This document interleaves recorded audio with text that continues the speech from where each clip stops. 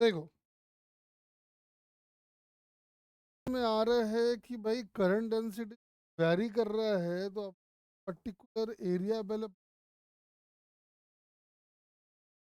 पहले उस एरिया से पास होने वाला करंट निकालेंगे के लिए।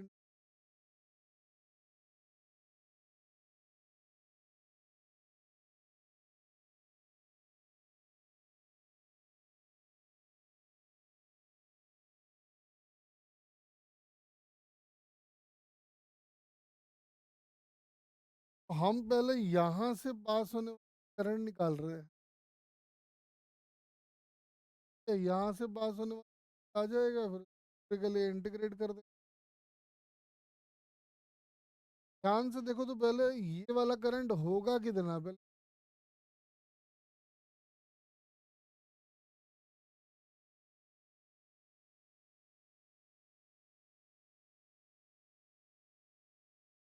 बता सकते हो ये वाला करंट कितना आएगा।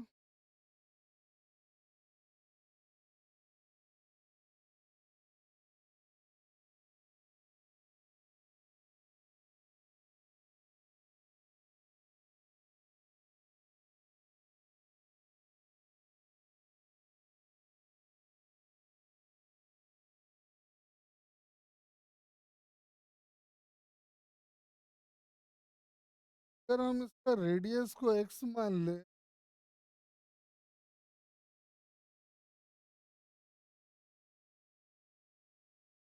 तो हम पहले यहाँ से करंट डालते हैं। करंट डेंसिटी आपको दे रखा है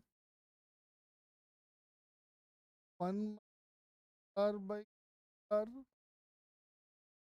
फर्दर मल्टीप्लाई।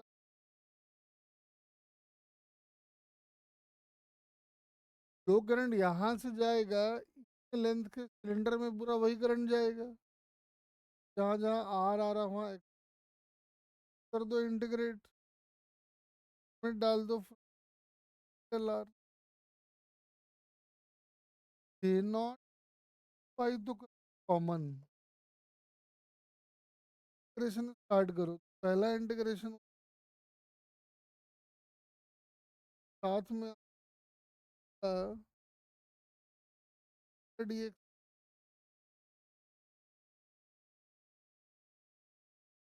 आर है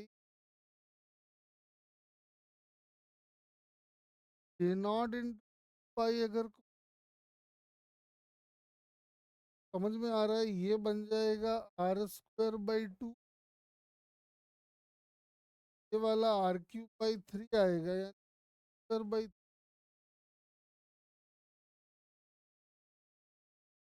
जाएगा पाई आ जाएगा r का।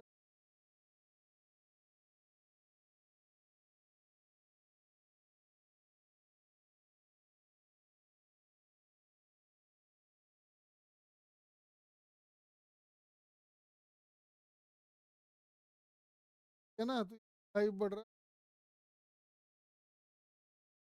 तो एक दो काम और करा देते देखना जरा। अगर आपको याद हो करंट और ड्रिफ्ट वेलोसिटी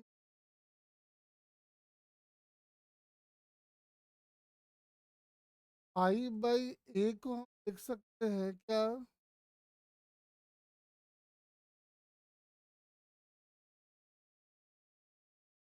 और v की वैल्यू का एक फॉर्म याद करो I2 का हेर ऐसा आ जाएगा।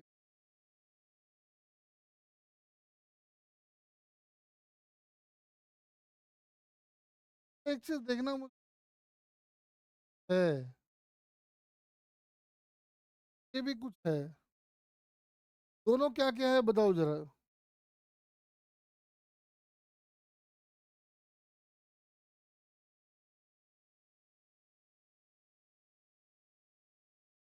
तो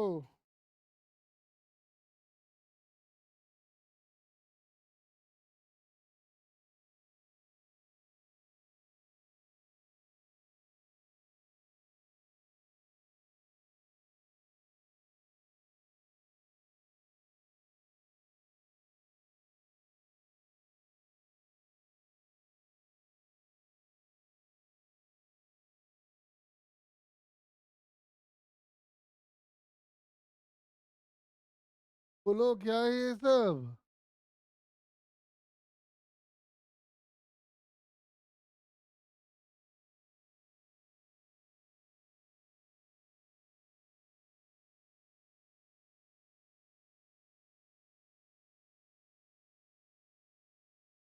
अगर ध्यान से देखो तो आई बाई ए तो जे है।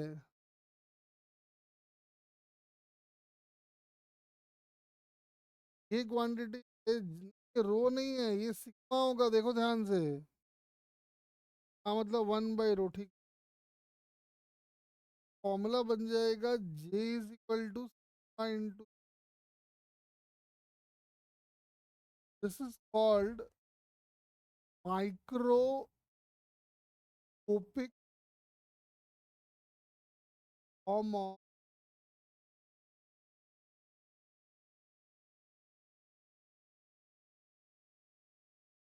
याद करो पहले एक बताए थे V is equal to I R, वो मैक्रोस्कोपिक।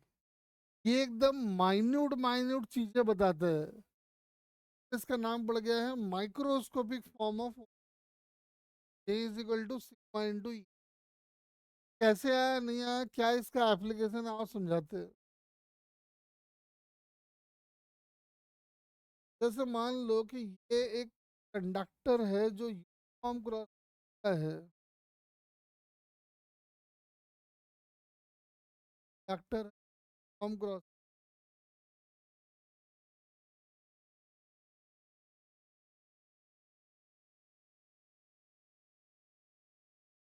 करंट दौड़ रहा है। करंट कुछ ऐसे दौड़ रहा है, दौड़ रहा है।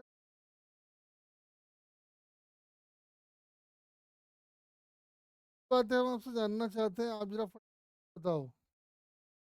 हाँ बे, हम एक,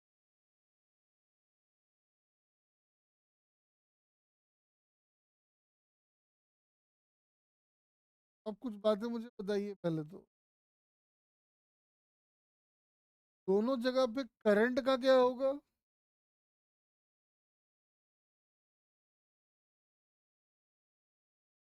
करंट के बारे में तो पता है कि कंडक्टर यूनिफॉर्म क्रॉस सेक्शन का हो या नॉन यूनिफॉर्म का हो, करंट तो हर जगह से।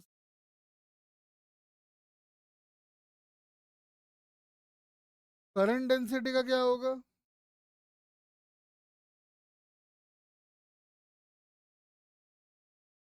करंट सेम हर जगह, एरिया भी सेम, तो जाहिर सी बात है करंट डेंसिटी। बात सुनो, ड्रिफ्ट वेलोसिटी कहाँ ज़्यादा कहाँ कम।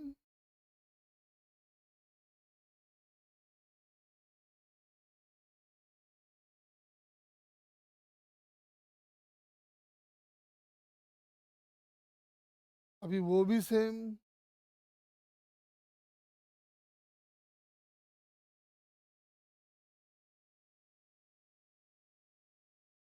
इलेक्ट्रिक फील्ड कहाँ का ज़्यादा कहाँ का कम।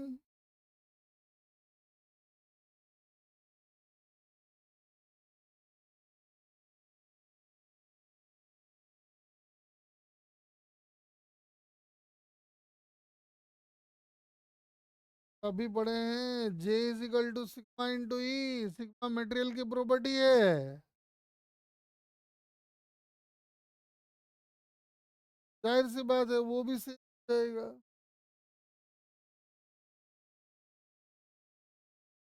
अगर हम यहाँ पे एक डीएक्स का एक एलिमेंट पकड़ ले,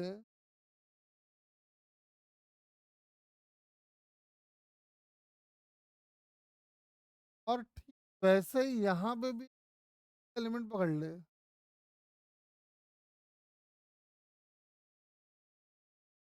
बताओ रेजिस्टेंस किसका ज्यादा होगा, ए का या बी का।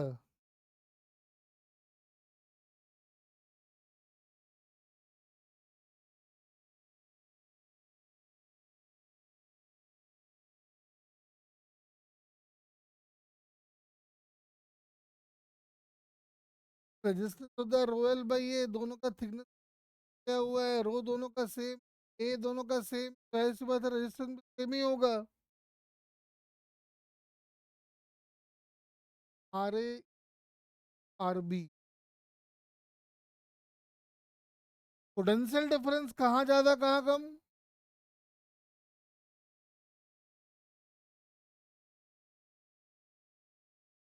बताओ जरा, पोटेंशियल डिफरेंस कहाँ ज्यादा कहाँ कम?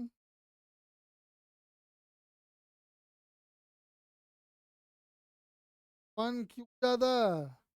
अरे V equal to I R. I same R same, क्यों माथा पच्ची कर रहे?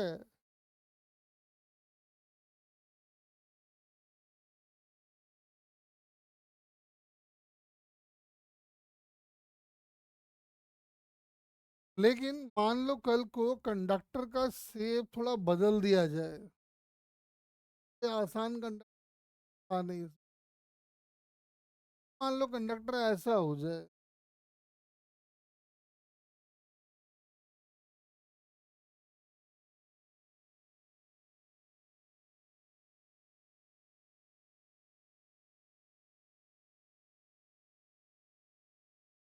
मान लो कंडक्टर ऐसा है।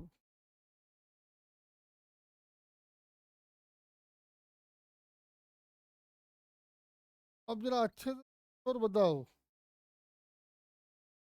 करंट ऐसे दौड़ रहा है,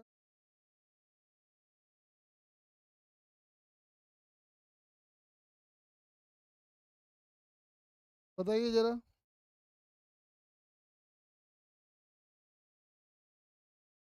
कहाँ के बारे में क्या बोल, जल्दी जल्दी बताओ। तो पहले करंट का एक काम करो तुम।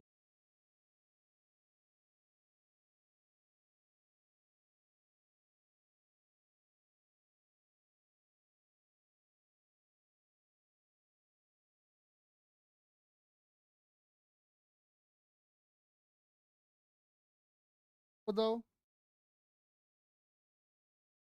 करंट कहाँ पे ज्यादा कहाँ पे कम?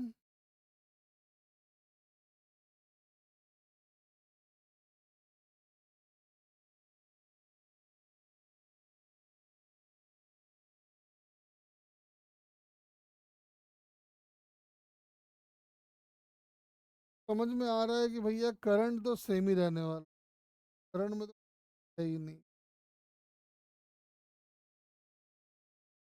करंट डेंसिटी कहाँ ज्यादा कहाँ कम?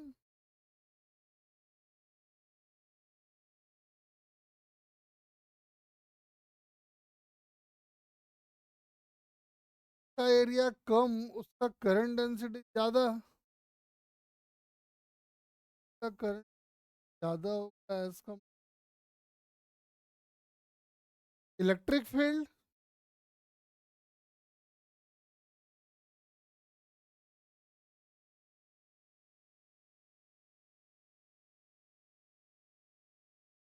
बोल।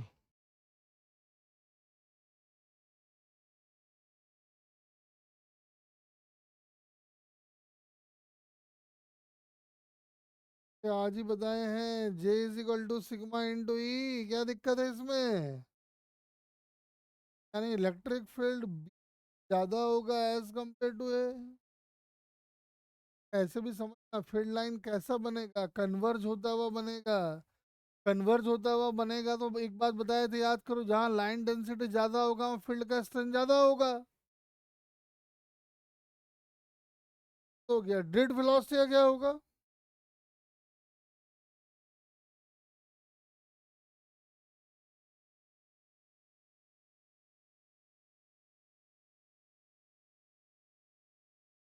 जहाँ पे एरिया ऑफ क्रॉस सेक्शन कम होगा वहां पे ड्रिफ्ट वेलोसिटी ज्यादा होगी। रेजिस्टेंस का क्या होगा?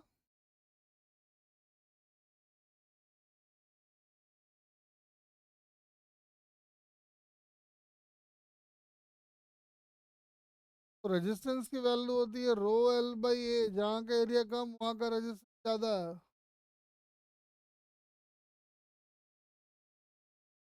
Potential difference.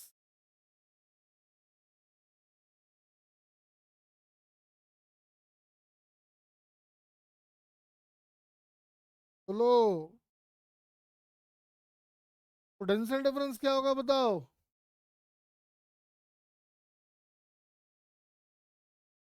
जाहिर सी बात है बी पे ही ज्यादा हो।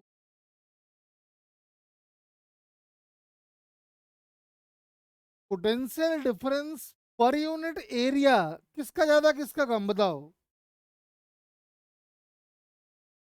Potential difference per unit area किसका ज्यादा किसका कम।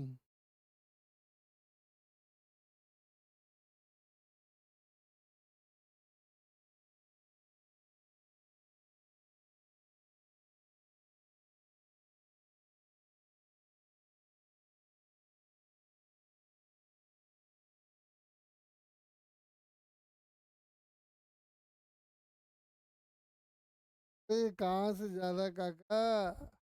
Potential difference per unit area equal to I R by, उल्टा कर दिया। हाँ,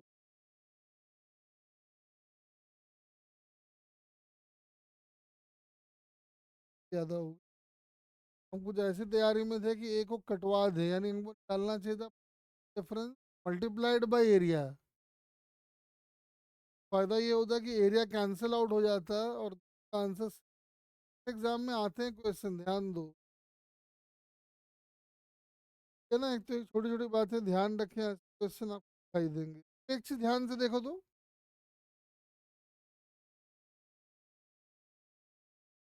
बता देते हैं। देखो, मान लो, याद करो मैंने एक बात बताया था कि रजिस्टर वैल्यू होती है रो एल बाई। टेम्परेचर को अगर आप बढ़ाओगे टाउ की वैल्यू घट जाती है। और रेजिस्टिविटी और टाउ का रिलेशन कैसा था, डायरेक्टली या इनवर्सली।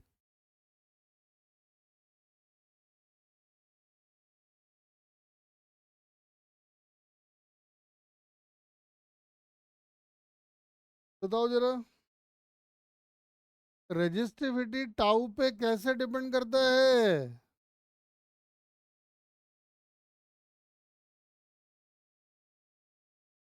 डायरेक्टली या इनवर्सली, बारी बारी से सब बोल लो। एक बात बताओ, तो टेम्परेचर घट रहा है तो रेजिस्टिविटी बढ़ेगा, और रेजिस्टिविटी बढ़ रहा है तो रेजिस्टेंस बढ़ेगा। बोलो। ध्यान रहे, बात वैलिड है फॉर कंडक्टर्स।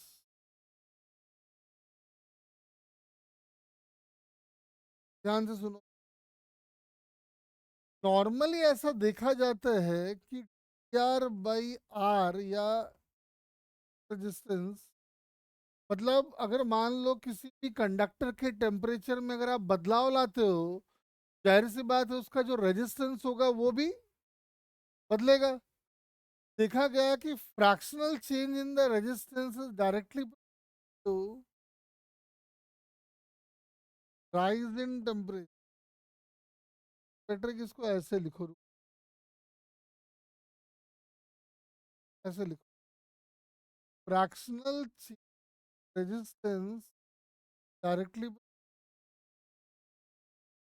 Temperature difference. जब प्रोपोर्शनैलिटी हटाएंगे तो आएगा delta R by R is equal to alpha delta D.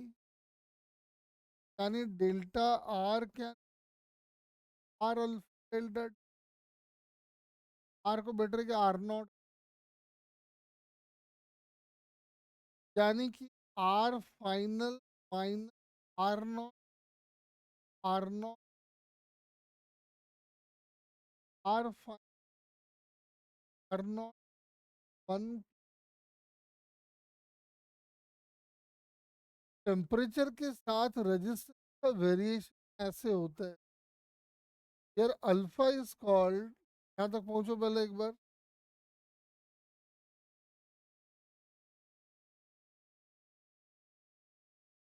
Temperature coefficient of resistivity. Temperature coefficient of resistivity. चलो यहाँ तक जरा।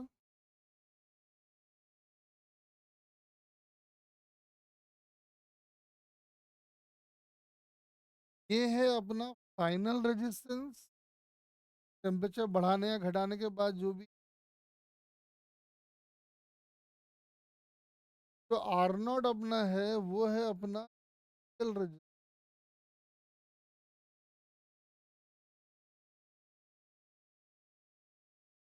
डेल्टा जी तो आप समझ रहे हो कि राइज इन।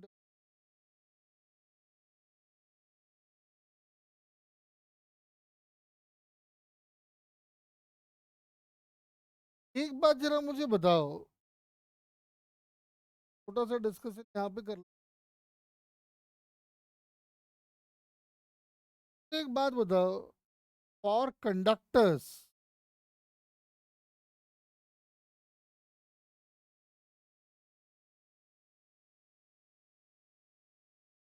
अल्फा क्या होगा, सोच के बताना जरा।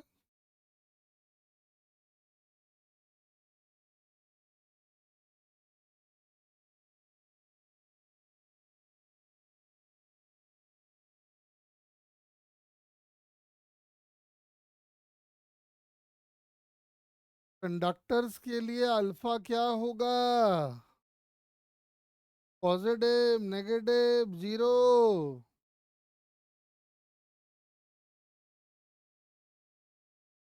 वन जी, अगर आप कह रहे हो कंडक्टर्स का अल्फा जीरो है तो अल्फा डेल्टा टी जीरो आ जाएगा, यानी कि टेम्परेचर को घटाया बढ़ाओ रेजिस्टेंस पे कोई असर नहीं पड़ेगा। तो इसलिए फॉर कंडक्टर्स अल्फा पॉजिटिव, तभी तो टेम्परेचर के बढ़ाने पे रेजिस्टेंस वैल्यू बढ़ेगी। यानी for conductors temperature coefficient of resistivity या रेजिस्टेंस जो कह लो पॉजिटिव होगा। अब आ जाओ जरा सेमी कंडक्टर्स के लिए, कहानी सुना देते। देखो सेमीकंडक्टर्स में एक थ्योरी होता है, इसको हम लोग कहते हैं valence band theory. Outermost partially occupied valence band is called,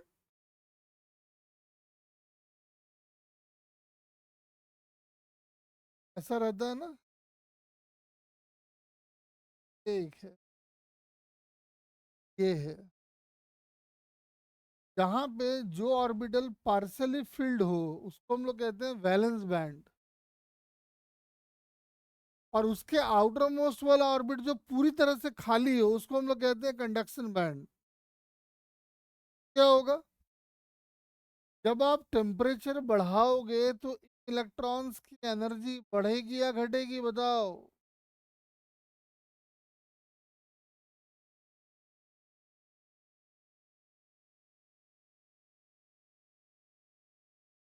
जब टेम्परेचर बढ़ाओगे तो मुझे एक बात बताओ, ये जो इलेक्ट्रॉन्स जो है आउटर मोस्ट ऑर्बिट में पार्सली फिल्ड है उनकी एनर्जी बढ़ेगी। उनकी एनर्जी बढ़ने से इलेक्ट्रॉन जो है ज़्यादा नंबर में अब वैलेंस इलेक्ट्रॉन से कंडक्शन बैंड में पहुंच जाएगा। हम लोग ये मान के चलते हैं कि कंडक्शन बैंड के ऊपर न्यूक्लियस का कोई असर नहीं होता है। मतलब एक बार इलेक्ट्रॉन अगर वैलेंस बैंड से निकल के कंडक्शन बैंड में पहुंच गया, देन इलेक्ट्रॉन बिकम्स फ्री। उसके ऊपर कोई भी न्यूक्लियस का दादागिरी नहीं चलेगा, मतलब वो इलेक्ट्रॉन फ्री हो जाएगा। अब जैसे इलेक्ट्रॉन वैलेंस बैंड से निकल के कंडक्शन बैंड में चला गया, इलेक्ट्रॉन फ्री हो गया, अब आजाद पंछी की तरह इलेक्ट्रॉन भागेगा, इसका मतलब कंडक्टिविटी बढ़ेगा या घटेगा?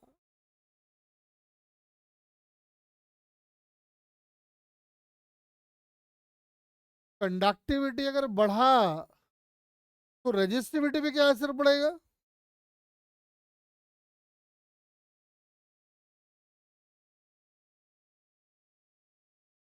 और रेजिस्टिविटी अगर घट रहा है तो रेजिस्टेंस पे क्या असर पड़ेगा?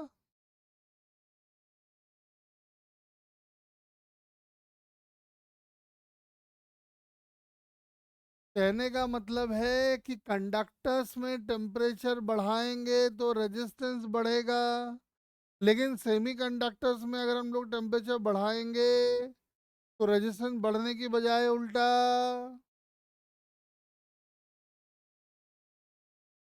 घट जाएगा। ये बात समझ में आया क्या थ्योरेटिकली, घट जाएगा?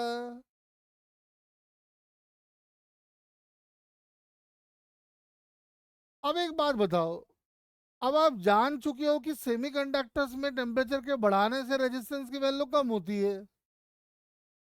तो अगर आपसे कोई पूछे कि बताओ अगर ये वाला फॉर्मूला हम लगा दें सेमीकंडक्टर्स के लिए, तो सेमीकंडक्टर्स के लिए अल्फा की वैल्यू कैसी होगी, पॉजिटिव या नेगेटिव?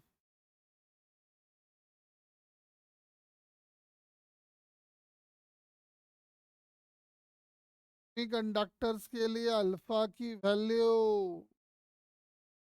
जाहिर सी बात है नेगेटिव होगी, तभी तो टेम्परेचर के बढ़ाने से रेजिस्टेंस की वैल्यू घटेगी, ध्यान रख।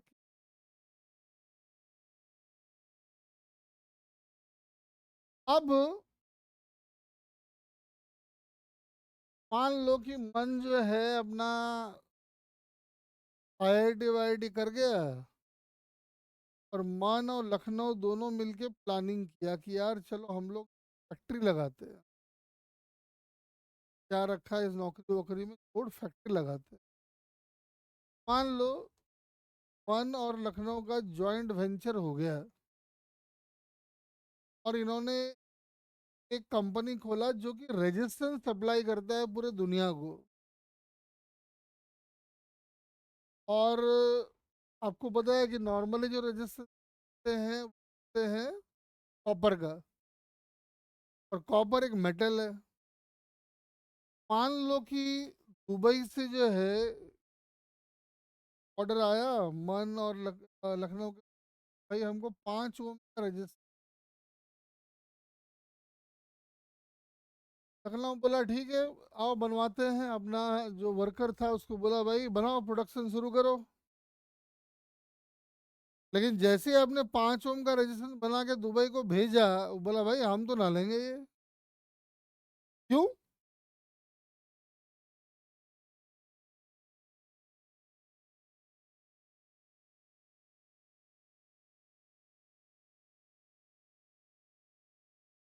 हाँ, चूंकि वहां पे टेम्परेचर ज्यादा होता है, तो हम लोग के मुकाबले में हम लोग जो रजिस्ट्रेशन बना के भेजे होंगे वहां जाके पहुंचेगा तो रजिस्ट्रेशन की वैल्यू बढ़ जाएगी। कौन बोलेगा यार ये तो नुकसान हो गया अपना। मन बोला कोई बात नहीं, छोड़ना इसका नुकसान सह लेते हैं, आगे देखेंगे। फिर अगली बार आ गया अमेरिका से ऑर्डर, बोला भाई 5 ओम का रजिस्ट्रेशन दो। मन बोला एक काम करते हैं, जो दुबई से वापस आया था ना ये वाला अमेरिका भेज देते हैं। वो लोग भी एक्सेप्ट नहीं किया। क्यों?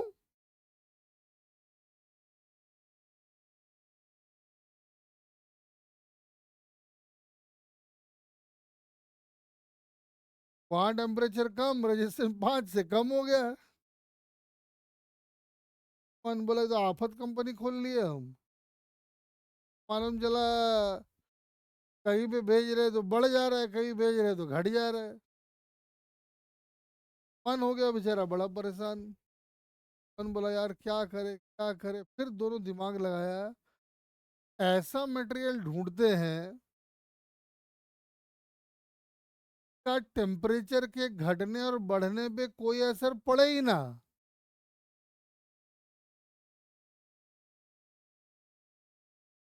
बताओ वो मटेरियल कैसा होगा, प्योर कंडक्टर होगा, प्योर सेमीकंडक्टर होगा, या दोनों का कॉम्बिनेशन होगा?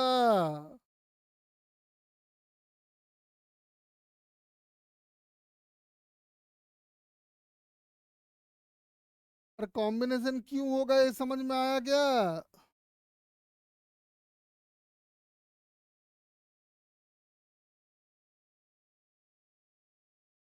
जिस जो पार्ट कंडक्टर होगा उसका टेम्परेचर वहां जाने से बढ़ जाएगा, टेम्परेचर बढ़ने से मान लो, और जो सेमीकंडक्टर होगा वो घट जाएगा, दोनों मिलजुल के सेम हो जाएंगे।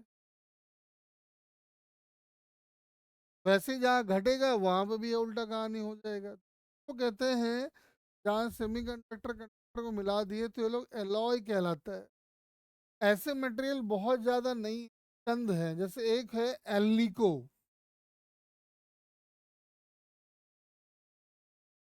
एल्निको,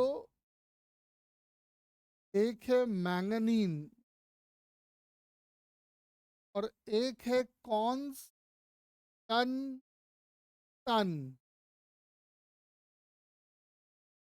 इन तीनों की रजिस्टिविटी टेम्परेचर पे डिपेंड करता ही नहीं है। यही रीजन है कि स्टैंडर्ड रजिस्टर बनाने में का ही इस्तेमाल होता है, कॉपर का इस्तेमाल नहीं होता है। क्यों नहीं? आपको सब कहानी अभी समझा दिए कि तीन मटेरियल है, ध्यान रखें। एक है एल्निको, एक है मैंगनी और एक है कॉन्स्टेंटन। इन तीनों की रजिस्टिविटी टेम्परेचर से पूरी तरह से इंडिपेंडेंट है, ध्यान रखें। बोर्ड एग्जाम में पूछता है। हाँ, आपको एक क्वेश्चन हम न्यूमेरिकली करवा देते हैं, आपको आ जाएगा कब ऐसा होगा। देखो,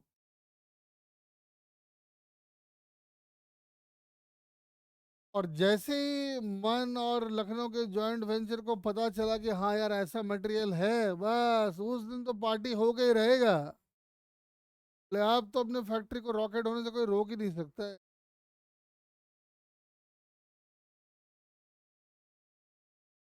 हर लखनऊ, लखनऊ बोलेगा एक तो लेबर कॉस्ट इधर कम, और एल्यूमिनियम में कॉपर ऊपर तो अपने को थोक के भाव में मिल ही जाता है, और बना के बेच। बात देखो प्रॉफिट क्या होता है। खैर सुनो, आओ एक थोड़ा सा प्रैक्टिकल आपको एक न्यूमेरिकल भी करवा देते हैं। एक ध्यान से जरा, मान लो कि ये एक फैक्टर है कुछ,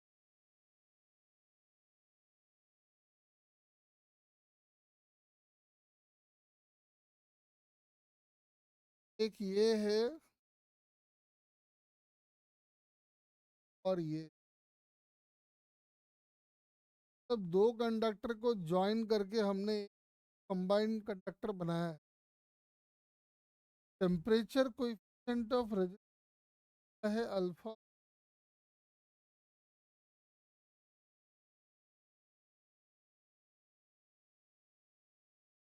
का लेंथ है L1,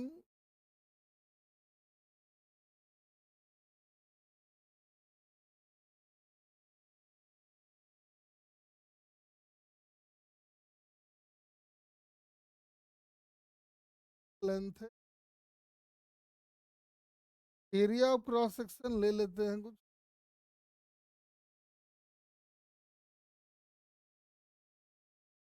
चलो ये लिखो। फाइंड ए रिलेशन बिटवीन,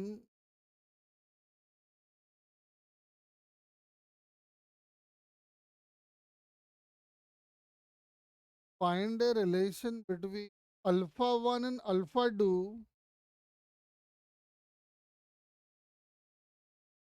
का initial resistance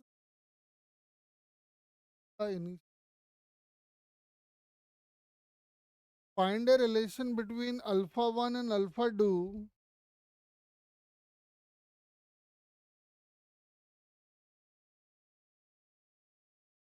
if the resistance of the combined conductor,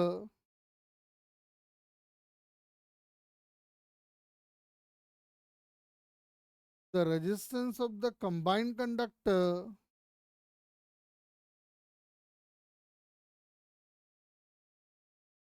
does not change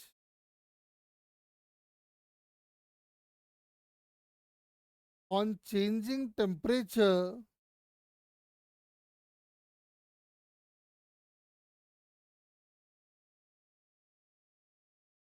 find the required condition। चलो बनाए।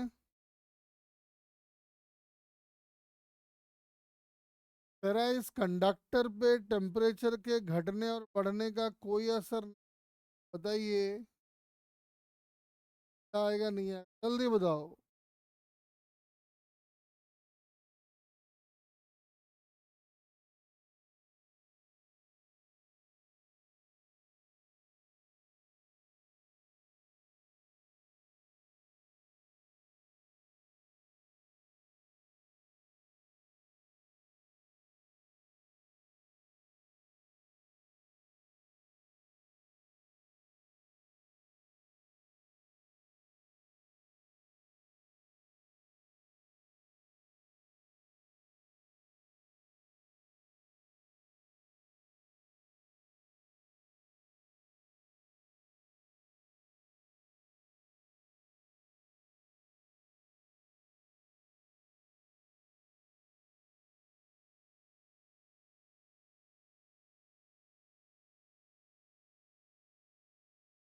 बताओ क्या नेसेसरी कंडीशन होगा?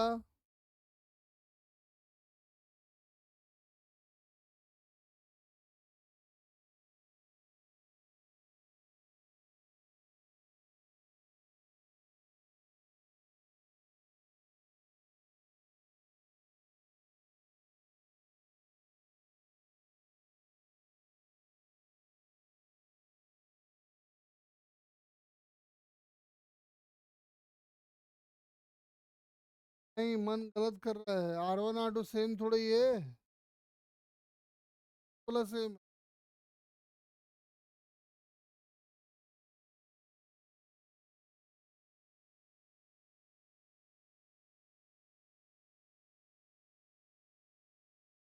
जल्दी बोल।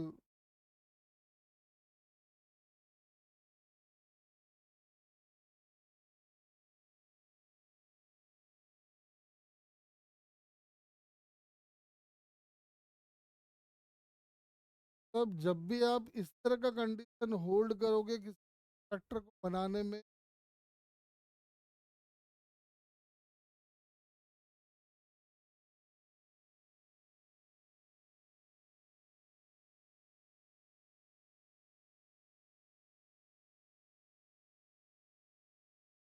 तो आगे आ गया।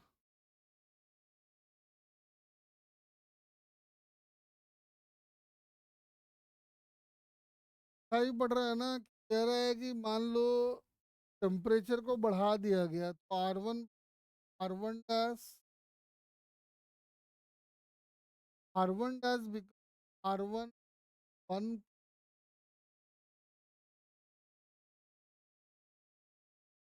वैसे R2 dash R2 1 delta.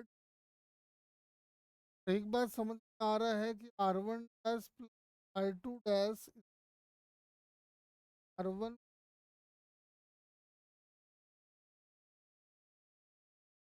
Plus R1 R2। R1 dash plus R2 dash R1 plus R2 के इक्वल है, तो समझ में आ रहा है कि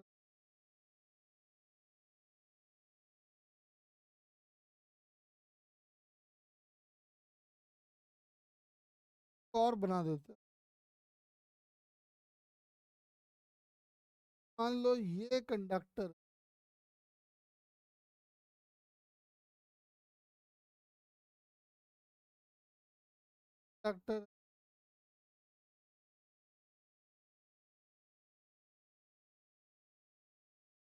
थोड़ा सा वेरिएशन का रजिस्टर रो 1 टेम्परेचर को लेंथ है L1। वैसे ये है ले लेना। कोई कहानी है, बताओ कि अगर इस कंबाइंड सिस्टम पे टेम्परेचर के घटने और बढ़ने का कोई असर नहीं है, then find a relation between row 1 alpha 1 row 2 alpha 2। Find करो, फटाफट फाइंड करते जाओ।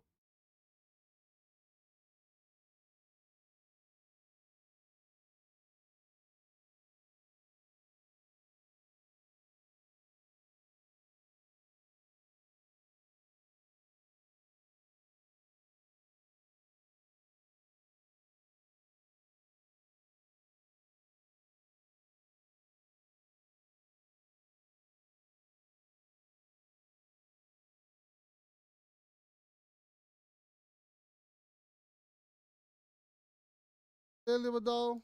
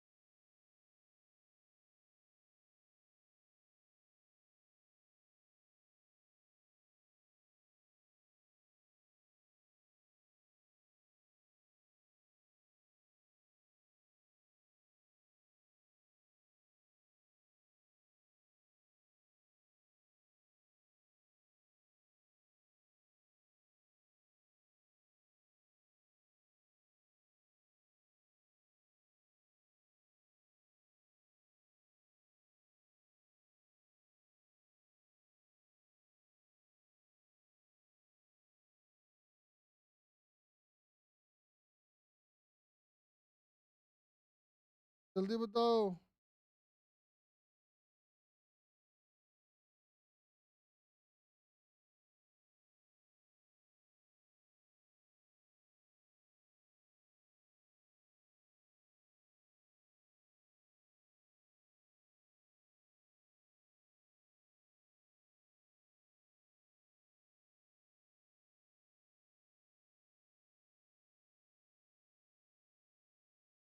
देख लो सभी, जल्दी डिफाइन करो, आंसर क्या आ रहा है।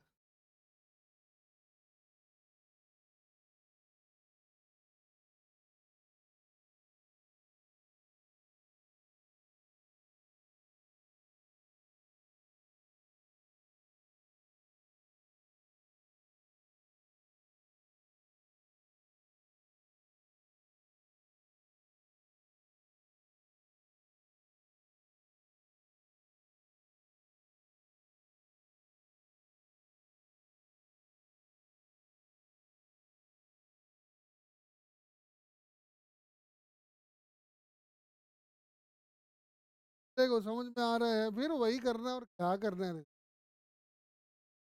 बाद वाला रजिस्टर का दो एल वन का वन हो जाएगा L2/8।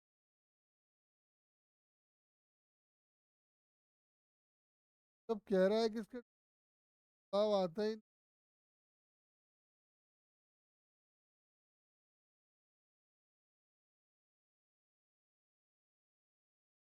आप दिखाई पड़ रहा है आपको कि वन।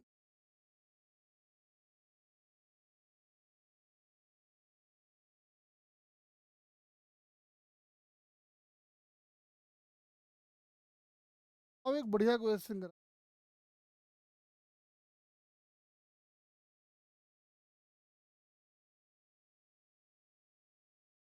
क्या ही ग्राफ, क्या ही ग्राफ है ये, क्या ही graph for a conductor at two different temperatures is the figure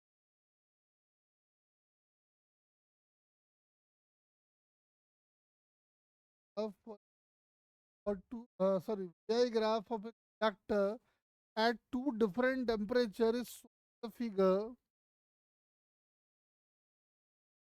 ये ये वाला एंगल तो आपको दिखा,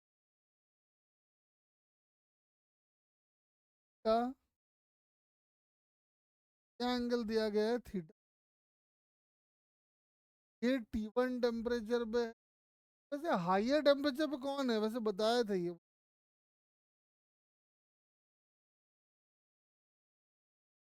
हाइयर टेम्परेचर पे कौन है मेरे गुरु महाराजो।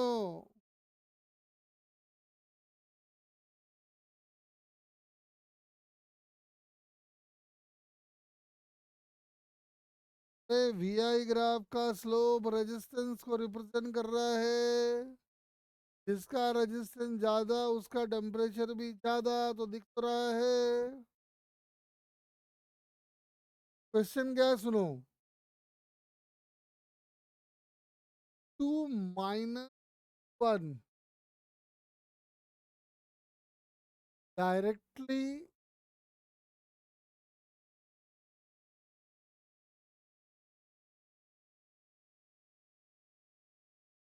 फाइंड करे।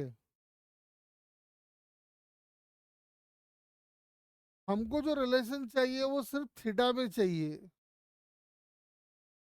-T1 is directly proportional to cos theta sin theta cot two theta sin two cos two theta, क्या आएगा नहीं आएगा बताओ। बहुत बढ़िया क्वेश्चन है ये।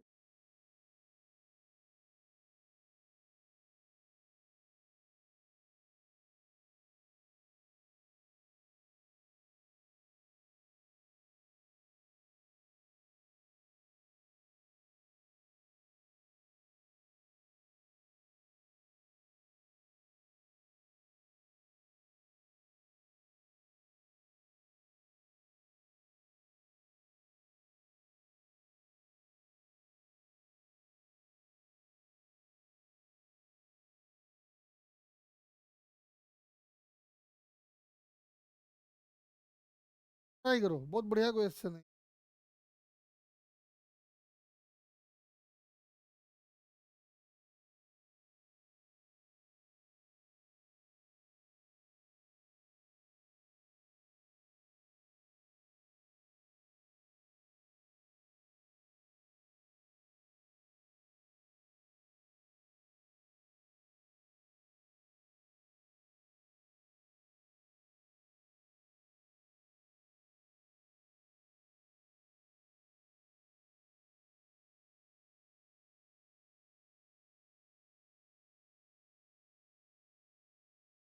ट्राई करो जल्दी जल्दी।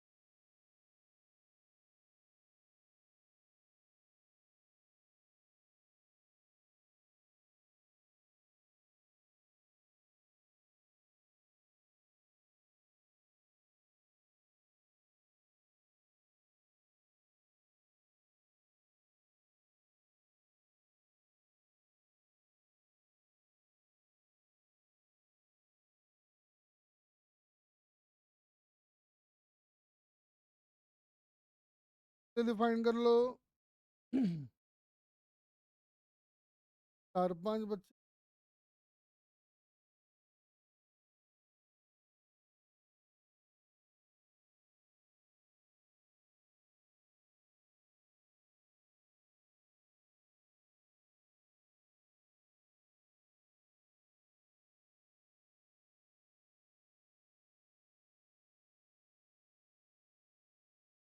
देखो, बात तो सब आ रहा है। R1 directly tan theta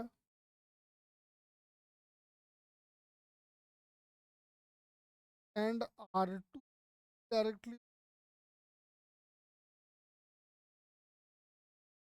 cot theta, यानी R2 R1 directly cot cos theta इस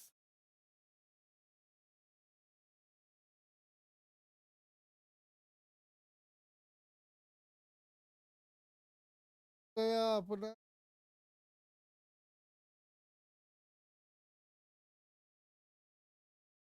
साइन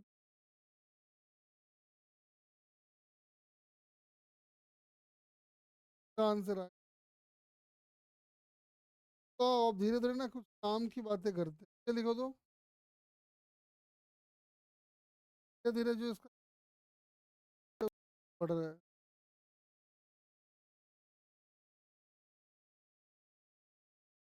टर्न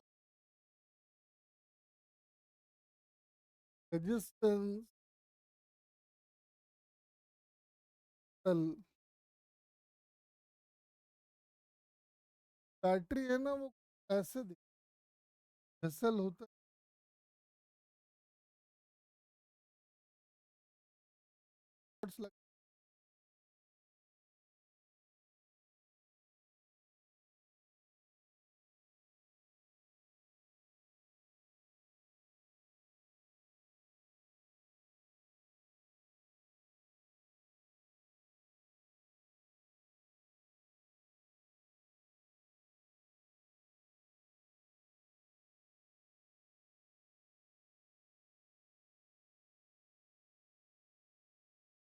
जाहिर सी बात है भाई, बैटरी है, पॉजिटिव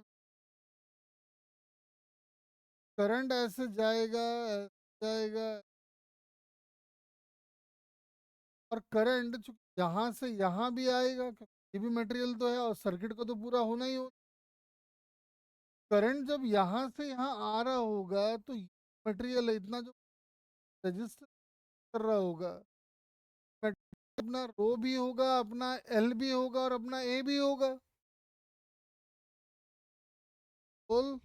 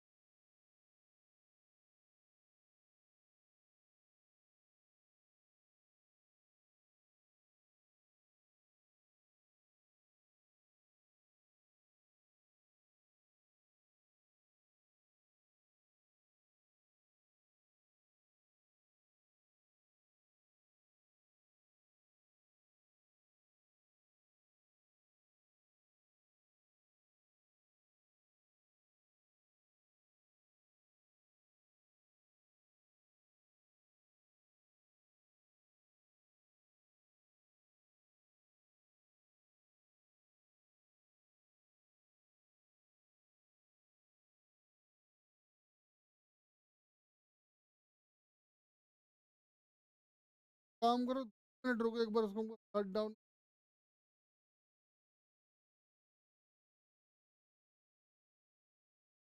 बंद नहीं हुआ अभी काम।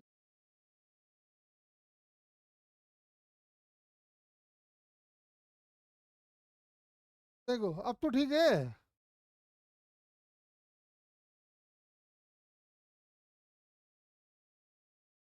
आप सही है क्या सन्नाटो?